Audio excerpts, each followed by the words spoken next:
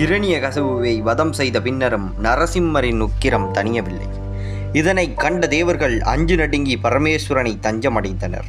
சிவபெருமான் சர்வேஸ்வரராக உருவம் எடுத்தார்.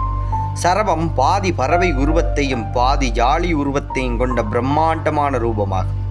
கூரிய நகங்களையும் பற்களையும் கொண்டவர். சரபரும் நரசிம்மரும் சண்டையிட்டனர். நீண்ட நாட்கள் நீடித்த சண்டையை முடிவுக்கு கொண்டு வர எண்ணிய சரபர் தனது இறக்கைகளில் ஒன்றாக இருந்த காளியை உக்ர பிரத்யங்கிரா தேவியாக அவதாரம் எடுக்கச் செய்தார். நரசிம்மரும் சரபருக்கும் இடையே உக்கிரமான சண்டை ஏற்பட்ட போது அண்டபேரண்டம் என்ற பட்சியின் உருவில் நரசிம்ம அவதாரம் எடுத்து யுத்தம் செய்தார். மிகுந்த கோபத்தில் இருந்த சரபருக்கு அவர் நெற்றிக்கண்ணிலிருந்து உக்ர பிரத்யங்கிரா என்ற பத்திரகாளி உதித்தார். இவள் கண்ட பேரண்டத்தின் சக்தியை விழுங்கிவிட்டார். இதை உமாவதி சிவம் தன் குஞ்சிதாங்காரிஸ்தவம் எனும் துதியில் குறிப்பிட்டு